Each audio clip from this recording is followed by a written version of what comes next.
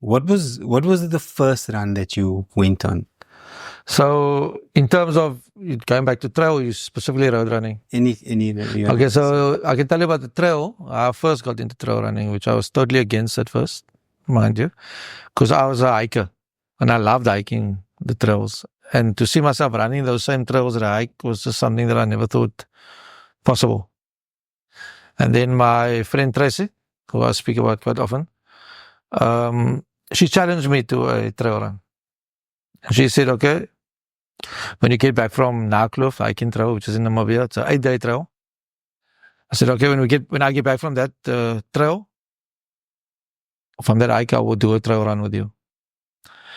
Anyway, and then came back from the 8-day hiking trail, and then eventually got to do a run with Tracy, a trail run, and I fell in love with it.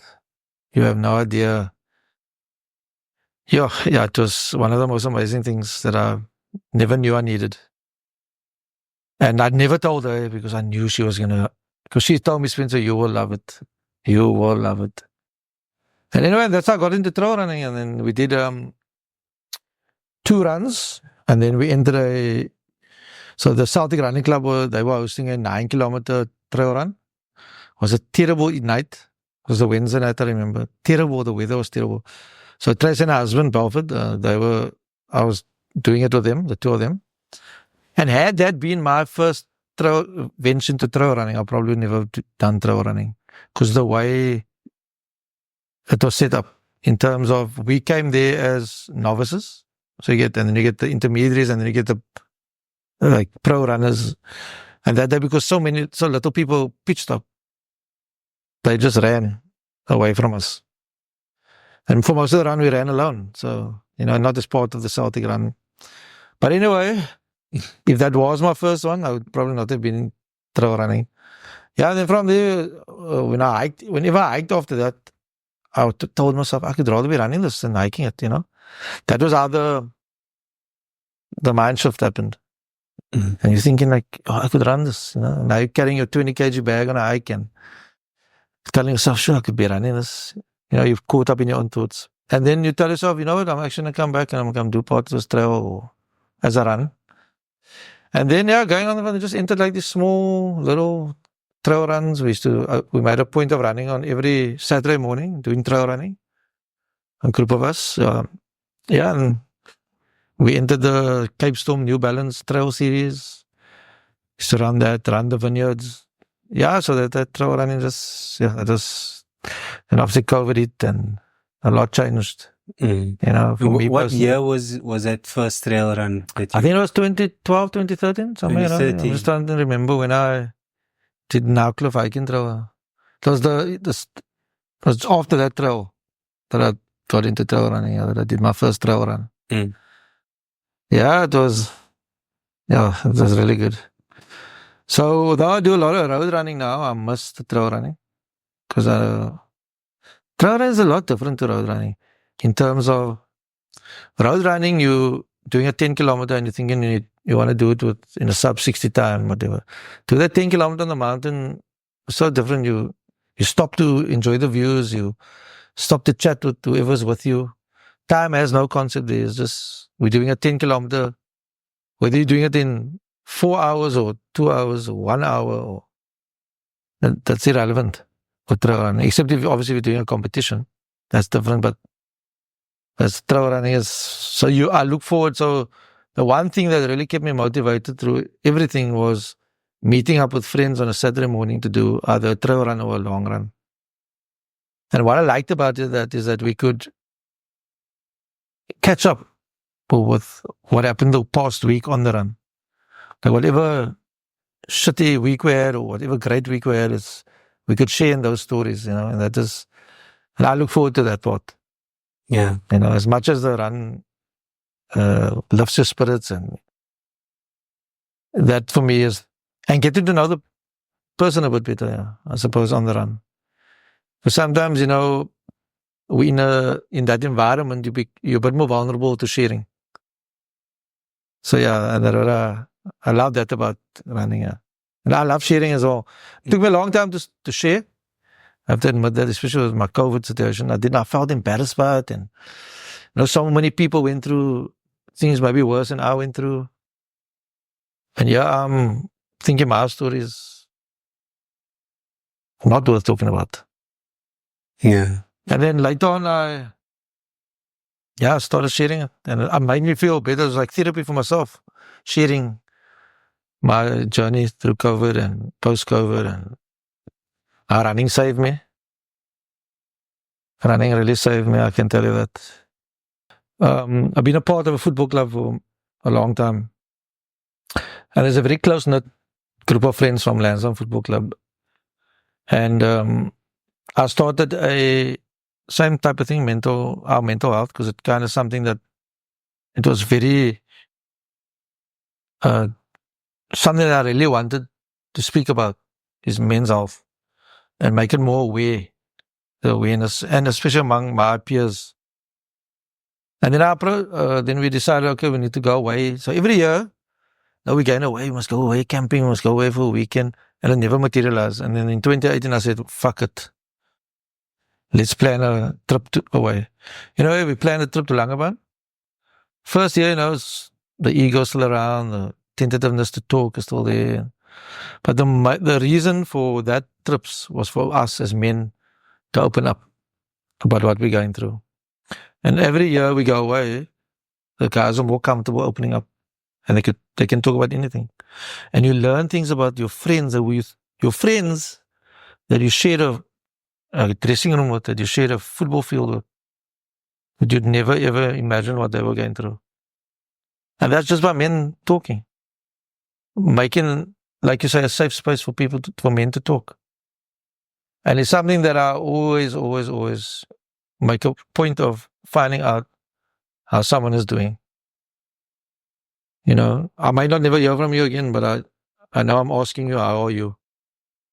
Because so few of us ask each other that, and we're going through our own fighting our personal demons, and we don't know what issues that are. And so every year, our next trip is now the 4th of October, our next weekend away. Back to Langebaan. I suppose we got more stories to tell, more issues that we're going through, and it's dark. Some of them are dark. At first you're not comfortable absorbing it. I'm not proficient enough to maybe handle it. I can give like a little bit of advice, but it's like talking to each other like now. Yeah, but it's a very powerful tool. Very, very powerful. Mm. Some of us walk away from that weekend maybe taking on a lot of positivity, and some of us maybe don't learn from it. But I hope that we all walk away from that weekend, at the end of that weekend, feeling better than when we arrived. And that's just all I want for my friends, Because I don't want to hear tomorrow so-and-so hung himself or so-and-so shot himself. I don't want to hear that. And if that can be avoided by me asking, then so be it. I would rather be annoying in that sense than fucking go to your funeral. Has the group of people that go away with you grown? Yes. I think they have matured a lot. I use the word matured because, sometimes we still want to be who we were at 20 when we were at almost 50. You know what I'm saying? So you kind of... So a lot of them have matured, and in a good way. Because now we can sit down and have these conversations, and that for me is a sign of maturity, that we can, sit down and I can ask you, so how I always kick it off is I always talk about myself. I always say, I had a shit time this week leading up to Langebaan because my dad died on the one weekend we were leaving. My dad passed away on that Friday, which is coming up now, the 16th of August. And my family insisted that there's nothing I can do here, I must go away on that weekend.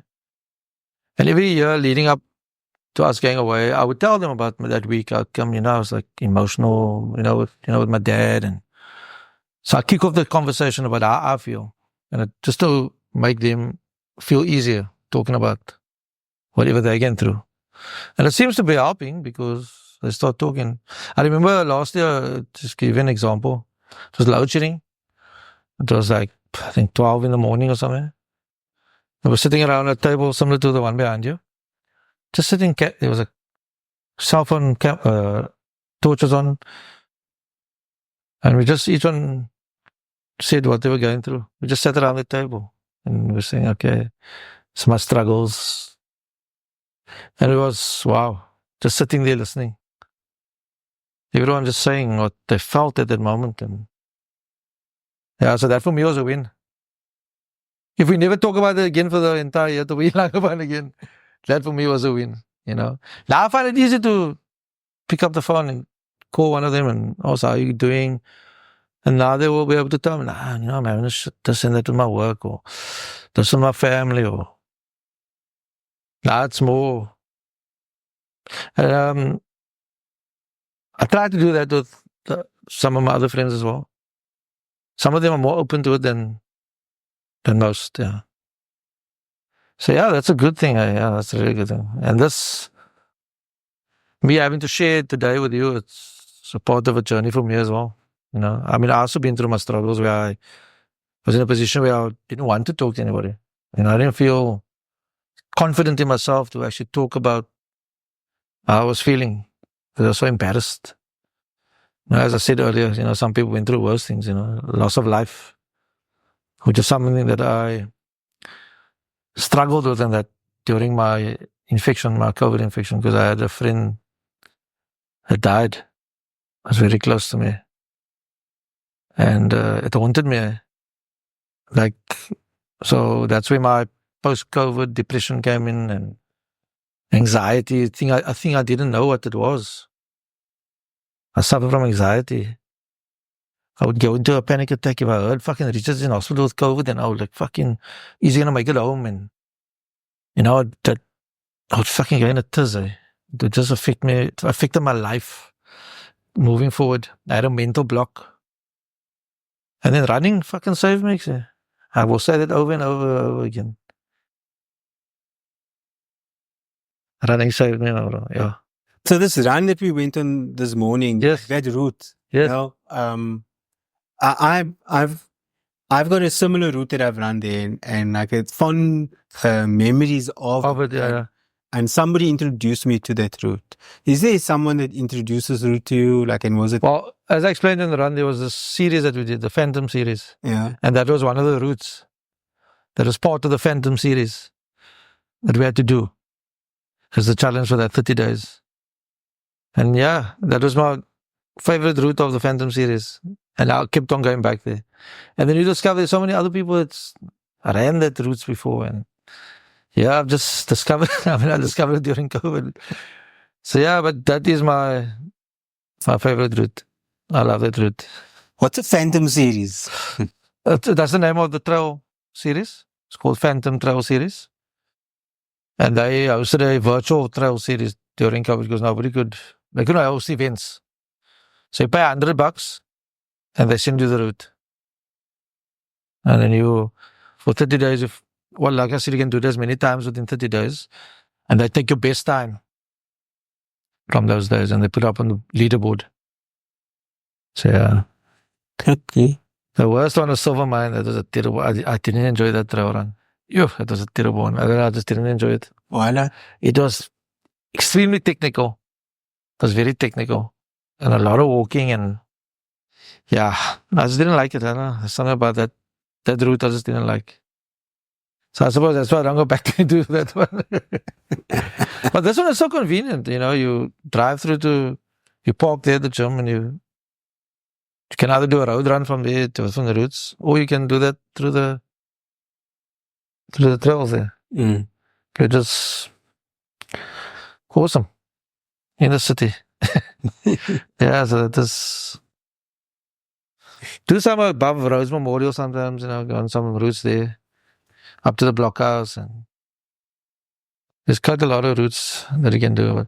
But there's one of my other ones that I've done twice only. We're planning on doing it again. Are you familiar with the Toad on the road? Yeah. A restaurant and the boys drive with the boat. Yeah. So they have a challenge called the Toad to Toad. So you run from the Toad in Lakeside to the one in Noordhoek Village. And then when you get there, you show them, okay, I did the run. And then you get like a 2-for-1 pizza and free beer or something, I can't remember. So yeah, that's from the Taudin Lakeside to the Taudin Noordhoek village. It's about 15, 16 kilometers. So you go up Boys Drive and then up Steenberg Valley, all the way over. Ou Kapseweg, Noordhoek village. Before getting COVID, what was your work situation like? Were you in the time of COVID, like were you working for a company? Yeah, during COVID. Yeah. So we were faced with some difficult decisions during COVID, our company. And one of the choices was to no work, no pay for, and do tours and whatever. The other option was retrench half the staff, which I mean, I wasn't in favor of, or the company closed. And everybody agreed to no work, no pay. So we were home for 7 months during COVID. Or during lockdown, yeah. So yeah, I didn't have, so I was only, tours was my only income in that time. But yeah, I had some savings because I was meant to go to Anfield in April the 4th in 2020. So that money was lying there as a nest egg, as a emergency to fall back on if I needed it desperately. But yeah, it was a tough time. But we got through it, man. We're sitting here today, no? We got through it, yeah. Anyway, then the company reopened I went back in November. I went back. And I got COVID in December 2020. So throughout the period of the main lockdowns, you didn't get COVID? I got it in December 2020. And that was that SARS one. Fuck, it was bad. Anyway, then I contracted COVID. Went to the doctor. My doctor said I have an upper respiratory infection. And I said to him, there's something happening to my body that is really alien to me. I don't think it's what you're saying it is. I think I have COVID. I was that confident that I had it. And then my partner works at Pathcare, and then I phoned her and she said, okay, come through now and then I'll do a test, because she was the one that the initial testers of COVID for Pathcare. And then our colleague tested me positive. So I always think back to that time.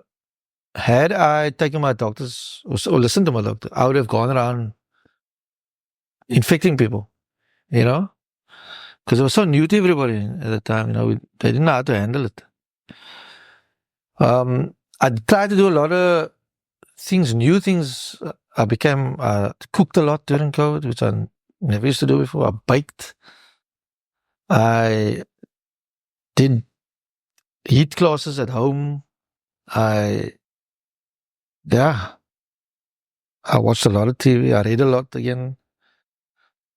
So I did a lot of things that I kind of never stopped. A lot of things that I had stopped doing, I did again that's what COVID allowed us, that afforded us to do. Anyway, then I was at COVID and I was down. I never ate for 12 days during COVID. Couldn't put anything in my mouth for 12 days. Coughing was intense, I tell you. I think to a point where I think that is what damaged my lungs, the coughing, that incessant coughing. If I moved like this, I'd cough like for fucking on one eye, like for minutes. I had to sit up on the couch, have the window open, sit straight up so I don't cough for hours. It was just bad. And one day I woke up. I was so delirious. I woke up and my bed was so hot. You saw I had an electric blanket on. That's how hot my temperature of my body was. And then for 3 days, I was like, I couldn't even fucking lift my headaches. And then, there was a time in that, and I think this fucked me up even more, that I actually welcomed death.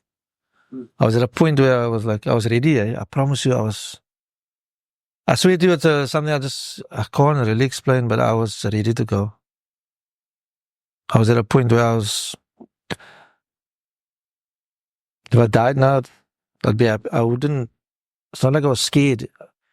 And I was always, something that always plagued me through all my years is I wasn't afraid of death. I'm always afraid of the way I'm going to die. And I was just ready, I tell you.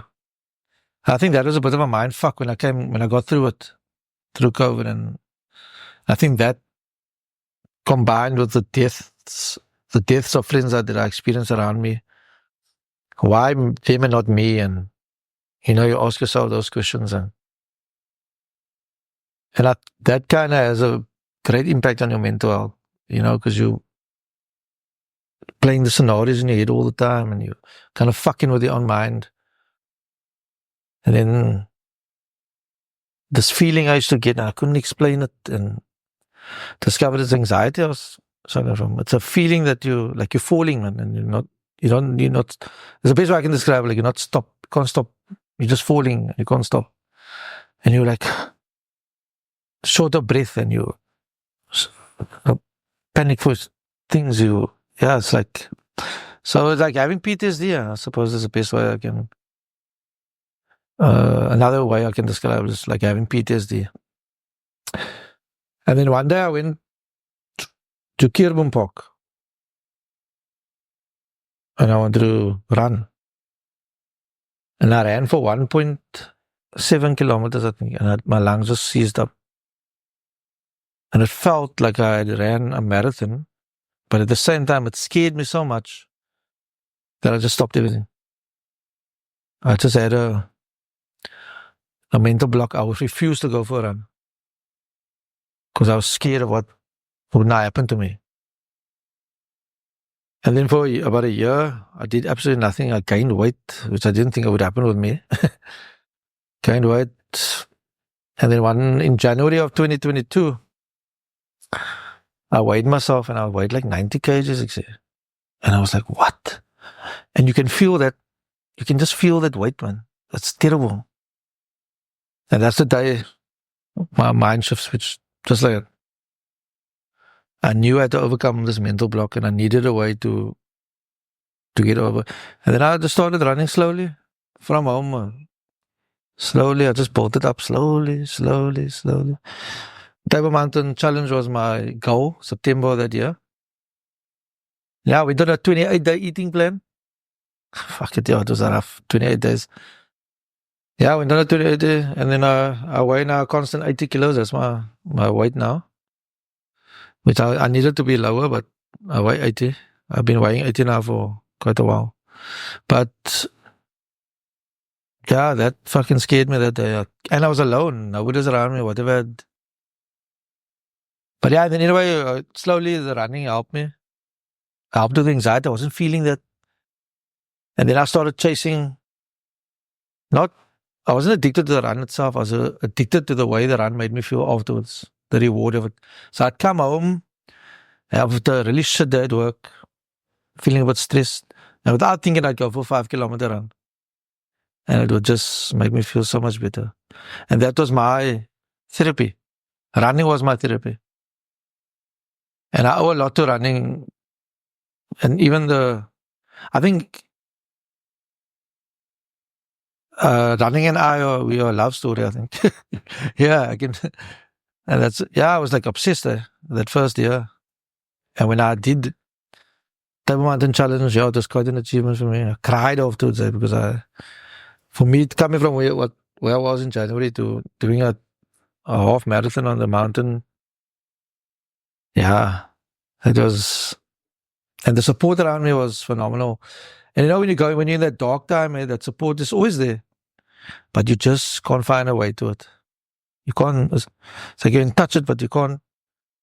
And slowly, when you come out of that dark cloud, those people that was always there supporting you, it's like a shining light. It's like you grasp it like fuel. And my partner, she supports me. She's there with every race I enter. She's there supporting me. Not just me, my fellow runners as well, who was in my group of training runners, my friends that I run with. Yeah, phenomenal support, and that I didn't know it at the time, but that carried me through as well. And you don't realize it. You're just thinking, fuck. You're alone in this. You're thinking you're alone, but you're not alone in it. You know, and you slowly feed off other people's energies without knowing. And vice versa, I suppose. They're feeding off my energy a bit. Because I was like happy with what I'm doing. I'm happy I can run. I'm like, fuck, it is like the best thing that's happened to me. I'm able to run now. You know, there's many people that can't. As like I said to you this morning, I do it for those people now. I can't, because I've been in that position where I didn't think I could ever run. And now I'm improving all the time. What's your pace now, your average pace, kilometer? So race pace will be about 5 minutes to 5:30, depending on my goal for the race. And depending on the distance and how I manage the race. I manage races a lot better now. So like I told you, so I'll give you a few examples of how I manage races now. So my first half marathon ever was the Cape Peninsula half marathon, which wasn't actually meant to be my first half marathon. Two Oceans was going to be my first half marathon ever.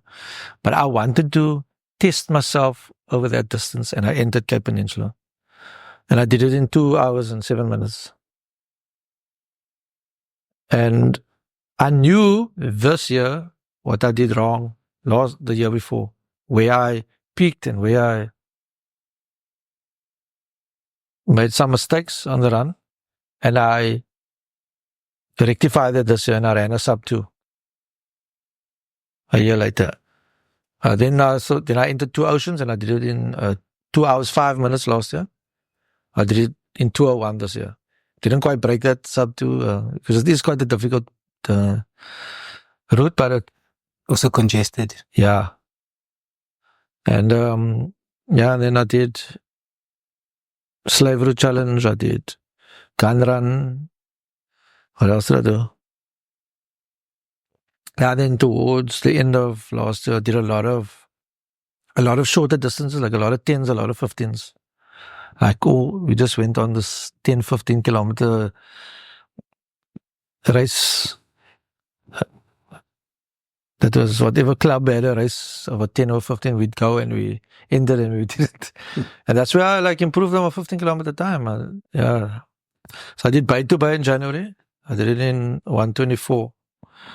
Then I did one after that. There was one after that. I did it in 1:20 something, 1:21. And then I did the Constantia, the VOB one. It starts at Constantia Village. And then I did that in 1:19. So I could see I was improving on that distance. And it shows that you just put in so, during the training is when you make up for that time. Yeah, you just have to put in the time to improve. Everyone's improvement comes at different points, but you just have to put in the time to get the improvement. So people are asking, what about comrades? And, same with hiking. I loved hiking, but I was never going to do Kilimanjaro. It's not something that I feel I have to do. Same with running now. People ask about comrades. I'll never want to do comrades. The human spirit is very, very powerful and strong for that race. Yes, I am amazed and I admire them. Even my friends that does it. Before, I can sit down and track them on the race. Because I know what it's like being out there running a race. Now I can relate and I find enjoyment in that, like the marathon I watched this morning after we were done the Olympics marathon. Now tomorrow we watch Geert de Steyn run tomorrow, for example. I used to even know people's names now. So that is where I'm at now. I don't have that, like I explained to you, that same motivation this year that I thought that from last year. This winter's just been horrible and I've just been lazy. But I'm getting there because now I know I've got the Cape Town Marathons coming up. I haven't entered yet. And that's how I got into my first, doing my first marathon, which was a year too early for me. But I'd finished 2 Oceans.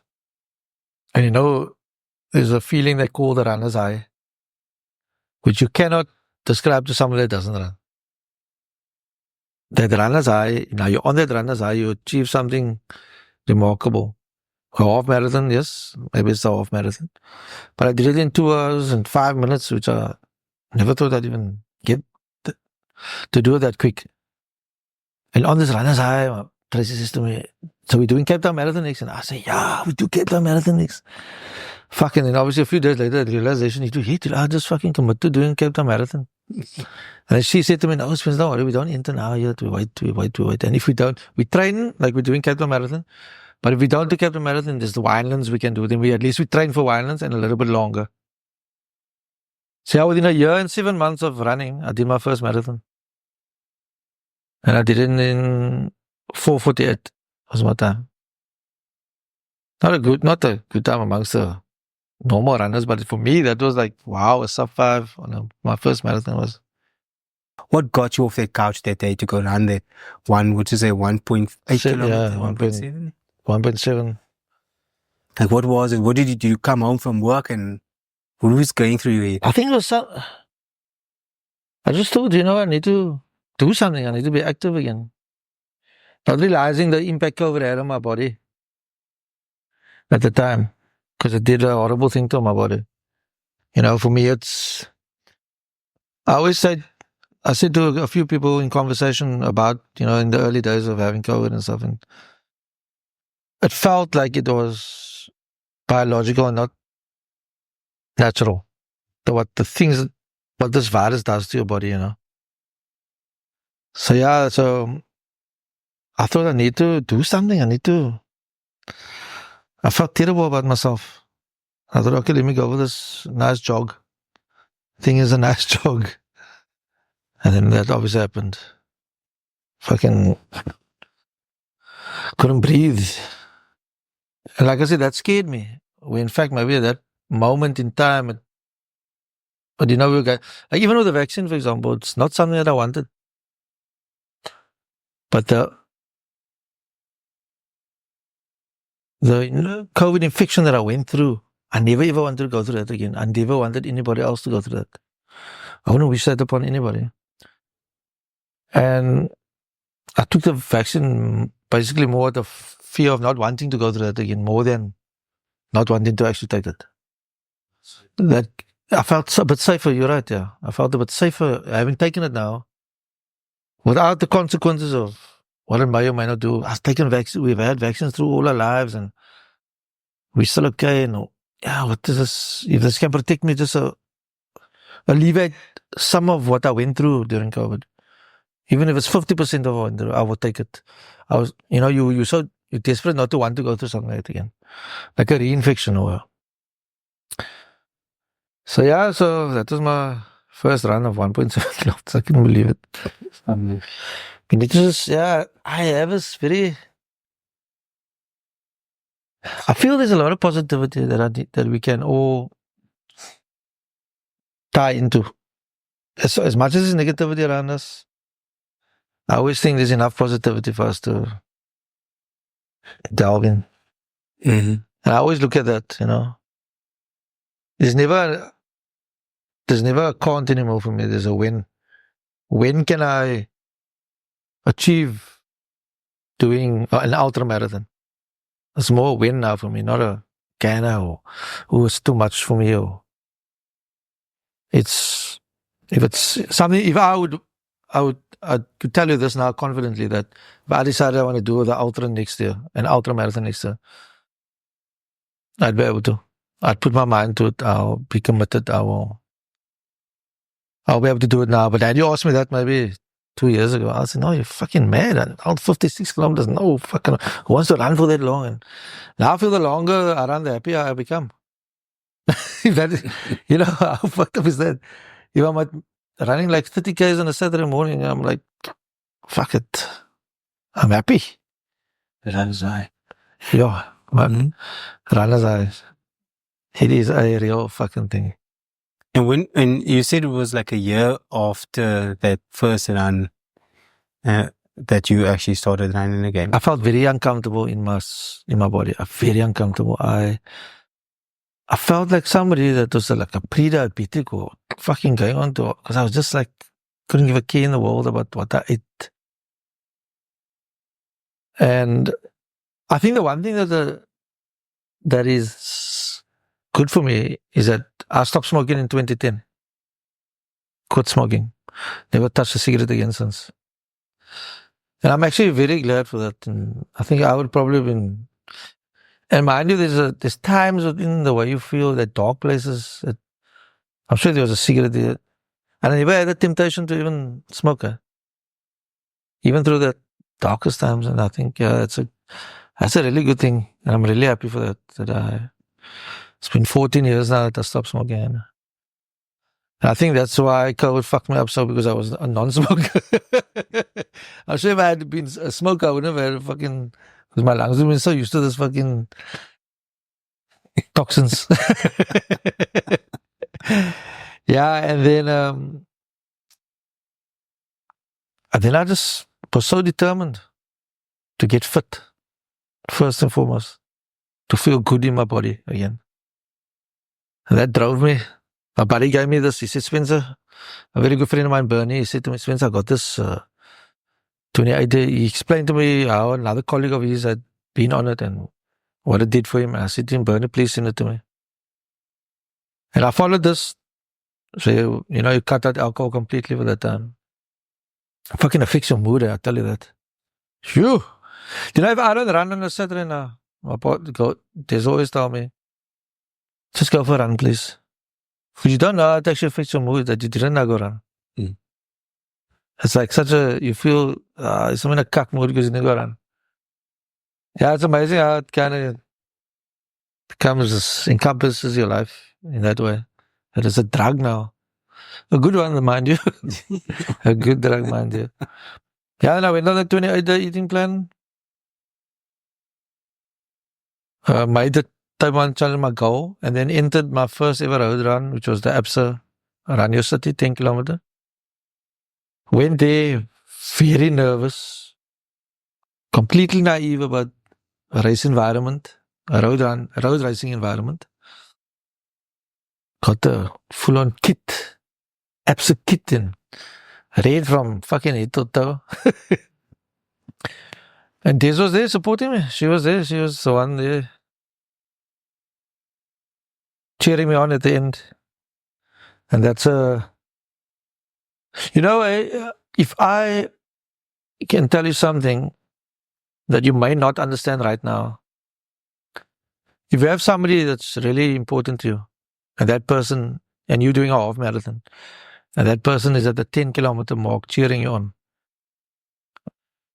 first the visual of that person, and then hearing that person's voice cheering on, it's like giving you a fucking adrenaline shot. And then you see that person at the 15 kilometer mark again, and then at the end. And that's the first person you look for after the race. And that is something that I always, if she's not there on that race day, then that is something I'll miss. Yeah, so that is a good thing. Anyway, so I did this fucking Absa Run Your City. And surprisingly, I did it in 56 minutes, which I know I could have done it quicker, because I know there were certain parts within that run where I kind of took it easy, and I was there's another guy struggling, and I was running with him a bit and encouraging him. At that time, it wasn't about the time I would finish it in. It was more about being able to do a 10 kilometer without stopping. So you went from nearly dying on a 1.7 kilometer run, a year of binge eating, Just fucking it up. 28-day Eating plan. And running 10 kilometers. Yeah. Without stopping. What was in your head? Yeah, brother. What was in that 28-day plan? It's just that once you determine to do something and overcome, I think it's when I overcame that mental block that my vision just opened. My mind just opened to that I want to do this.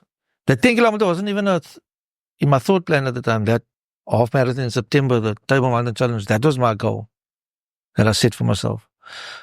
And I was doing. So what happened is because I couldn't get to the trails as often, I started road running to keep the fitness going. Road running, and I just did more road running than actual trail running. And on a Saturday, we'd do a trail run to get used to the elevations and the climbing and all that, to prepare now for Table Mountain Challenge. And I thought, okay, since I'm road running now, let me try this Absa Running City. It looks like fun. A lot of people are doing it. There's walkers, there's runners. I won't feel out of place. But that sheer determination, when you get to that, you tell yourself you're not going to race it. No, I'm just going to take it easy. Do my first thing. Yeah, fuck it. Once you go away, you actually racing it. Without you, you race it. I tell you now, you race that race. Because it's not a training run anymore, it's a race. You know, I got this guy, I think, at the last water table, I think. Yeah, I was throwing a bit, ran with him a bit, encouraging him. And then I left, and then I went. It's only so long you can stay with somebody. And anyway, I went. So like I said, I could have maybe done it a bit quicker. Glad I did it in the time I did now. So yeah. Wow. And I remember Cape Town Marathon as well. There's a mind fuck that race. At the end, or towards the end, they take you, so you go towards the stadium, you see the finish line, and then they take you away. Then you go all the way up Sea Point Main Road, and you come back down. 39 km, you turn around and you come back down along the promenade. So there was the last water table, and I wasn't going to stop at the last water table, but in the last minute, I said, oh, let me stop, and I did this. And I got this pain up my groin. I was like, fuck. I walked through this water table and there's this other guy struggling. Also, his legs were fucked, the Rasta guy. I was chatting to him about trying to motivate him and tell him, come on, man, let's run and walk a bit, run and walk a bit. He said, okay, let's try. So we ran a bit. And then he said, no, I just can't. Then I thought to myself, listen, if I want to motivate this guy, I actually need to be motivated myself at the end. Yeah, and then that last 2 guys was a bit of a struggle with the groin and whatever, but I made it. I did. So yeah, I did all the hard work in the first 30 guys, I suppose. Yeah. Yeah, I was 30 guys there at the parade before you go up again. What is long COVID? Because that's what you told me. Yeah, I didn't know what long COVID was until I read up about it. Or I listened to, it was a podcast I was listening to, and then I went to read up on it afterwards. So basically, the struggles you had in COVID itself, it's not as bad, but like with my lungs now, for example, very often I would have my lungs would close up like someone that's asthmatic. So that is what's known as long COVID. You still suffer from some of the effects of COVID, whereas some people will stop suffering it. Yeah, I'm still continuing of the COVID, so having some effects of my infection. So the breathing, the headaches, the sweating, so I have some of those things. A lot of this, like now, I don't get the lungs part of it, the breathing part or the lung part of it. Doesn't happen as often as it used to. So I suppose the running helped with the capacity of my lungs as well. So yeah. Is there any diagnosis or doctors? Even if we still with doctors, I'm not sure. They say there's nothing. It's something you just have to deal with. The long COVID events. They don't know how long COVID will be, but you will eventually get over it. I suppose I'm like probably mostly over it now. I still suffer from anxiety a bit sometimes, especially in a stressful situation. If it's going to impact me directly, or a family member or a friend, then I get anxious. It's like, yeah, it's a shit feeling. Really shit feeling. Yeah, and then I think that if you feel you need to speak to somebody and you don't ever feel bad about speaking to somebody professionally. I think at least once in our lives we need to go speak to somebody professionally. I think that's a really good thing for people, is to go sit down and speak to somebody professionally.